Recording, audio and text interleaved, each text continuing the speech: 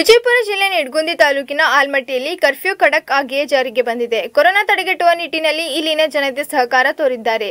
ವಿಜಯಪುರ ಜಿಲ್ಲೆ ನಿಡಗುಂದಿ ತಾಲೂಕು ಆಲಮಟಿಯಲ್ಲಿ ಇಂದು ಕೋವಿಡ್-19 ಮುನ್ನೆಚ್ಚರಿಕಾ ಕ್ರಮವಾಗಿ ಸಾರ್ವಜನಿಕರು ನಿಷೇಧಿಸಲಾಗಿದ್ದ ಮುಂಜಾಗ್ರತಾ ಕ್ರಮವನ್ನು ವಹಿಸಿದ್ದರು ಮತ್ತು ಶನಿವಾರ ಬೆಳಗ್ಗೆ 6 ಗಂಟೆಯಿಂದ ಸೋಮವಾರ 6 ಗಂಟೆಯವರೆಗೆ ಲಾಕ್ಡೌನ್ ಆಗಿರುತ್ತದೆ.